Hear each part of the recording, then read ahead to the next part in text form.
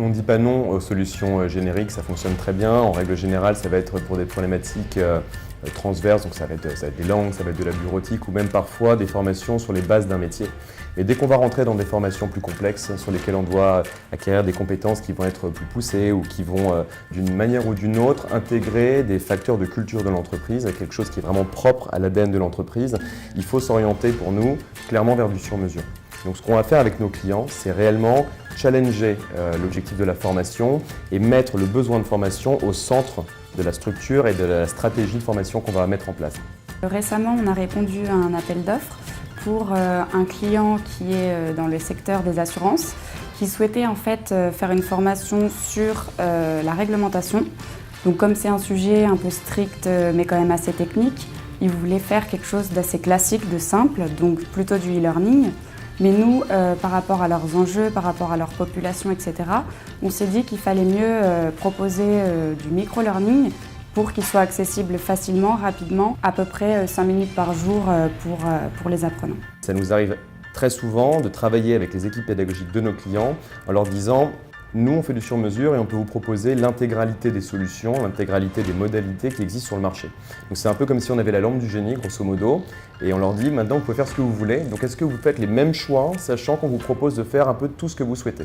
Et en fait, en sortant du cadre, on arrive assez régulièrement, pas tout le temps, mais assez régulièrement, à des solutions qui diffèrent par rapport au cahier des charges original. On a eu la chance de remporter un très gros appel d'offres chez l'un de nos clients industriels, côté au CAC 40, qui souhaitait développer une formation de plusieurs heures sur un sujet assez technique. Et si initialement ils imaginaient un e-learning plutôt traditionnel, assez classique, on a réussi à les convaincre et à les emmener dans la direction qu'on estimait être la meilleure, en proposant une approche vraiment différente, originale, aussi bien dans la scénarisation, très décalée, que dans la médiatisation qui elle aussi reflétait un petit peu cette scénarisation décalée. Et finalement avec ces choix pédagogiques assez forts, ils ont pensé que ça pouvait être une vraie solution pour leurs apprenants. Sur la structure pédagogique, parfois on va passer d'un e-learning classique à quelque chose de plus gamifié, avec de la simulation, etc.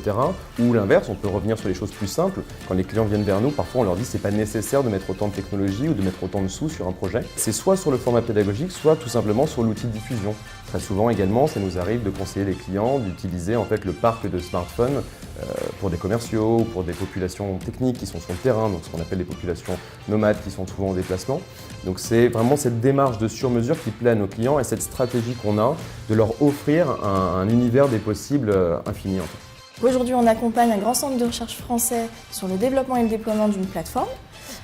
Et cette plateforme-là, comment on la construit, comment on la déploie, c'est justement en analysant et en écoutant les différentes contraintes de l'équipe projet et aussi le fonctionnement et les usages des collaborateurs pour que nous, la plateforme, elle se calque exactement sur ces points-là et qu'elle ne vienne pas les bouleverser.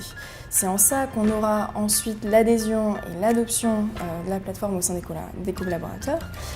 Et ça se traduit par quoi? C'est par le développement de fonctionnalités spécifiques, soit sur le reporting ou par exemple sur le déploiement d'une application mobile particulière.